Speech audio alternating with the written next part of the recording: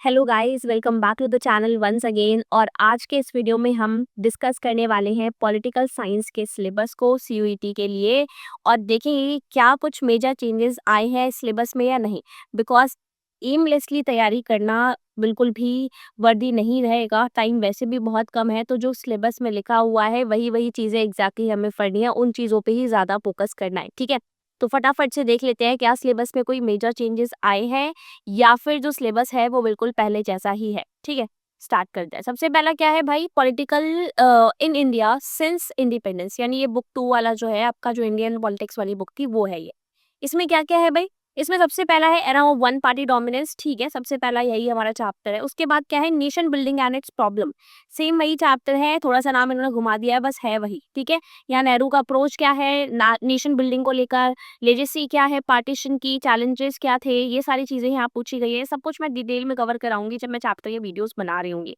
Third क्या है, politics of plan development.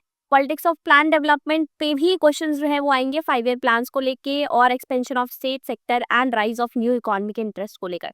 फिर चैप्टर 4 क्या है, इंडियाज एक्सटर्नल रिलेशन, जिसमें नेहरू की foreign policy, Sino Indian war of 1962, ये सारी चीजें होंगी। Challenges to and restoration of Congress system next chapter है, जिसमें नॉन कांग्रेसिज्म और इलेक्टोरल अपसेट के बारे में बात करी जाएगी। 1967 की कांग्रेस स्प्लिट क्यों हुई, ये सारी चीजें इसमें डिस्कस कर रहे होंगे, कांग्रेस की विक्ट्री और सारी की सारी चीजें। फिर क्या है, crisis of the constitutional order, कि कैसे क्राइसिस हमें देखने को मिला, इसमें कॉन्स्टिट्यूशनल ऑर्डर में कैसे क्राइसिस देखने को मिला वो।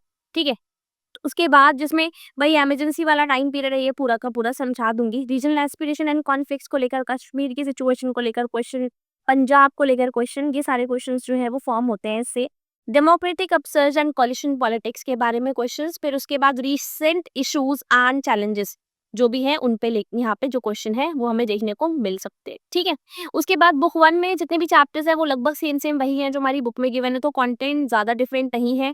ऑलमोस्ट जो चीजें हैं वो सेम सेम ही है जैसा हमने लास्ट ईयर देखा था। बस बुक 1 में कुछ चेंजेस आए हैं। बुक 1 में क्या चेंजेस है, पहले कोल्ड वॉर एरा वाला टाइम पीरियड भी पूछा जाता था सीयूईटी के सिलेबस में, बट इस बार कोल्ड वॉर एरा का टाइम पीरियड नहीं पूछा जा रहा है और उस टाइम पीरियड की एक्टिविटीज नहीं पूछी जा रही है।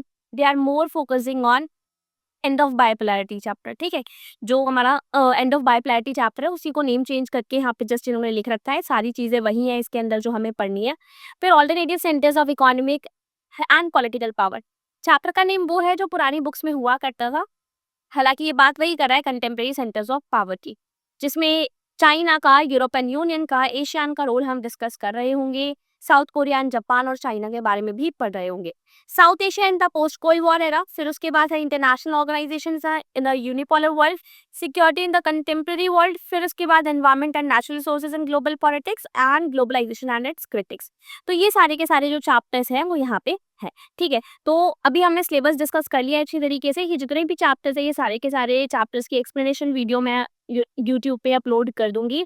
इसके अलावा कुछ मॉक टेस्ट लाने का मैं प्लान कर रही हूँ ऑलरेडी, जिससे कि आपकी प्रैक्टिस जो है वो थोड़ी सी और ज़्यादा अच्छी तरीके से हो पाए।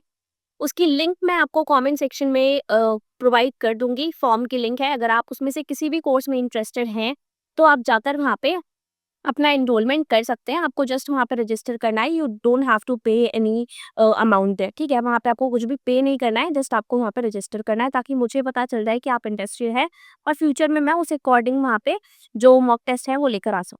Thank you so much for watching this video, hope you like that. मिलते हैं फटाफट से नेक्स्ट वीडियो में।